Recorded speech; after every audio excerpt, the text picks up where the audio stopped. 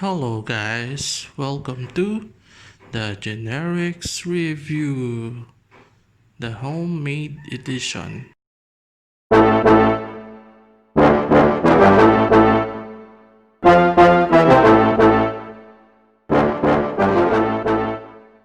In this homemade edition, we will share a recipe on how to make an homemade cookies and cream ice cream using 3 ingredients only. We will include the recipe in the description portion of this video.